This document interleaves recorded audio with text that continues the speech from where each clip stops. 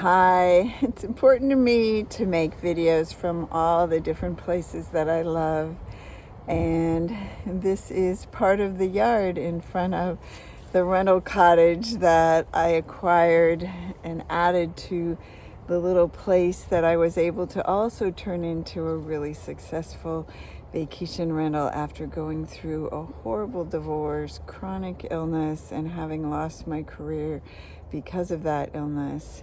I'm Shawn Mahshie, and I have become an expert of sorts when it comes to clearing up the ways we beat ourselves up.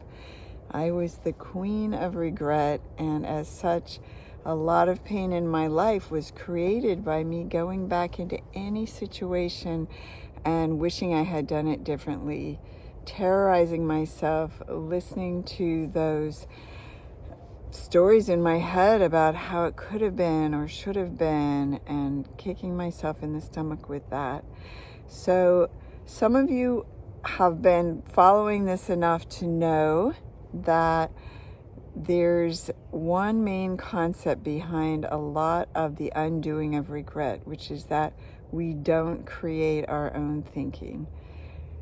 There's earlier videos and lots of things that I've written about that, but for now, just notice that you don't plan or orchestrate the thoughts. They just come into your head. And yet from that place, you can't help but to act out of what you're believing in the moment. If it's a fear thought, if it's a thought that causes you to feel threatened, whatever it is, that's your worldview for that moment. And so when you've plunged yourself after the fact, you've gone ahead and done whatever you were going to do based on the way you were feeling and believing in that moment. And then later your mind comes back in and says, wait, no, you shouldn't have done it that way. You're going to drive them away. Everyone will be mad. You'll get the exact opposite of the thing you were wanting. And you kind of go into what I call regret hell. So the 3 steps of the wheel of self-love that I just want to briefly touch on in this video, and there's a lot more where that came from, but I just want, based on this idea of not creating your own thinking, you get to find your innocence.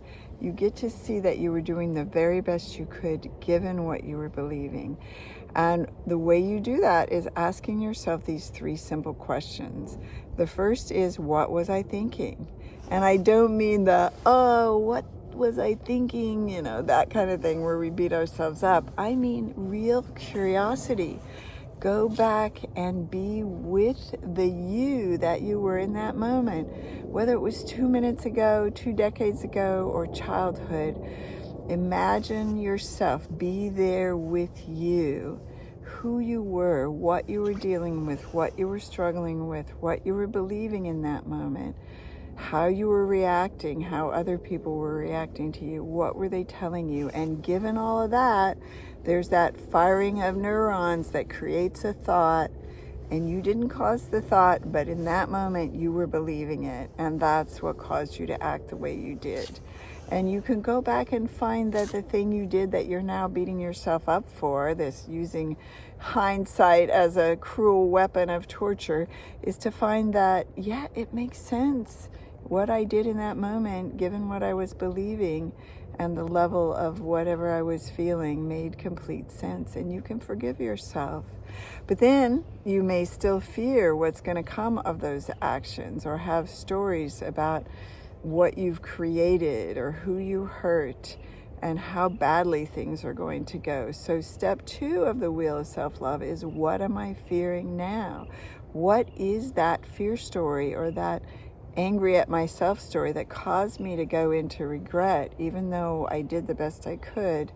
What story? So if you find whatever it is you're fearing, the question to ask then, once you have found what am I fearing, then is question 2. And then from that, you say, well, can I absolutely know that that's true, that that's going to happen, that it's going to go exactly the way my monkey mind tells me? Just remember, our brains are wired with a negative bias. They're sort of almost like scanning the environment to figure out what's going to go wrong, what did we do to cause it. And our childhood survival scripts, especially if we had a parent that wasn't safe to confront, believe that beating ourselves up is the way to improve. So they're going to be looking for that thing, but we can't absolutely know. Just start collecting all the ways that things don't go the way your mind says it's going to go. They often go much better, but still think worst case scenario. Now that became my freedom, to know I could go all the way to worst case scenario, because my mind is going to go there, and really get to the bottom. Okay, what if this worst thing does happen? Can I absolutely know for sure that that's a bad thing? And you will find, once you come into this ability to question, that no, you can't know. What's a bad outcome? What's a good outcome? That would be, again, your egoic mind trying to assert the illusion of control. As we all know, some of the very best things came out of something that we thought was horrible or was really bad. So the third part then, step 3, is what do I want from others or from life, so that I know I'm okay, I know I'm forgivable, I can move on, I can move into action to clear up whatever has happened.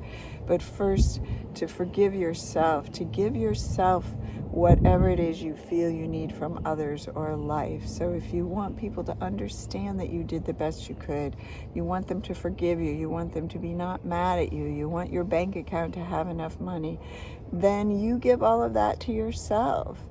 Forgive yourself, trust yourself, love yourself just as you showed up, and let the amount of money in your bank account right now be enough. It's the story that it's not enough that's scaring you. So there's a lot more to come, but just to give you those 3 questions. What was I thinking and believing back when I did the thing I now regret? What am I fearing now? That's what plunged you into regret hell. And what is it I believe I need from others or life, so that I know everything's going to be okay? So take out the middleman and give that to yourself. Okay then, take care. Bye-bye.